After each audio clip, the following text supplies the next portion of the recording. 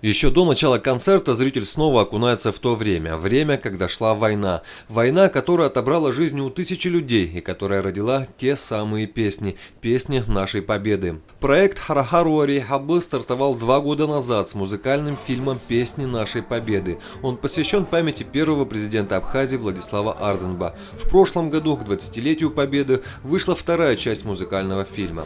На сей раз автором проекта Эммой Хаджа подготовлена концертная программа, которая в эти дни с успехом прошла по городам республики, а вчера и сегодня звучит в столице. Я рада, что сохранилась память, живут эти песни, их будут петь и через 10, раз через 20 лет эти песни собирают полные залы по всем районам Абхазии, да и за пределами. Их исполняют сейчас, я уверена, что их будут петь наши потомки и через 10, и через 20 лет.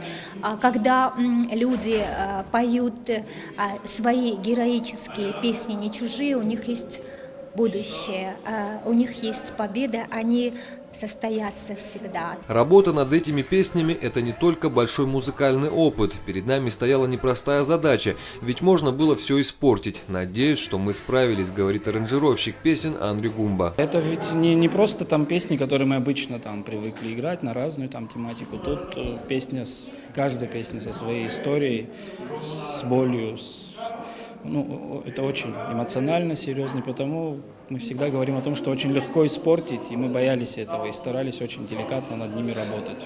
Подтверждением тому, что проект состоялся, является популярность песен. Их знают наизусть практически все. Во время концерта зрители подпевали каждую исполненную песню. Песни, которые поет молодое поколение и которые являются ровесниками этой победы.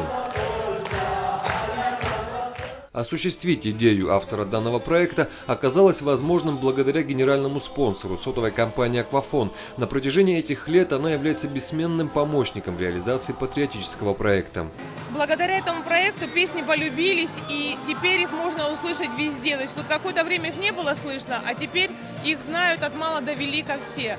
И столько было желающих услышать эти песни вот так вот живьем, что ребята постарались и подготовили концертную программу, с которой они объездили Абхазию. Я думаю, что такие проекты должны быть. Они воспитывают новое поколение и дают им вот этот дух патриотизма. На этом проект не завершается. У автора еще много идей. Одной из них она с нами поделилась. Сам проект продолжается. Мы сейчас снимаем по мотивам рассказа ветеранов Великой Отечественной войны киноновеллы. И в этой новелле, конечно, будут песни, будут танцы, будет смех, горе, любовь, слезы. В общем, вот все, что нас сопровождало на войне и благодаря чему мы смогли выжить, выстоять и победить. Песни, которые исполнялись, не могли не затронуть души людей. После концерта зритель делился своими чувствами и эмоциями. Это очень хорошо, особенно для молодежи. Пусть знают свою историю. Это дай бог, чтобы таких вот концертов было почаще. Мне очень понравился концерт, очень понравились песни, приятно вспоминать.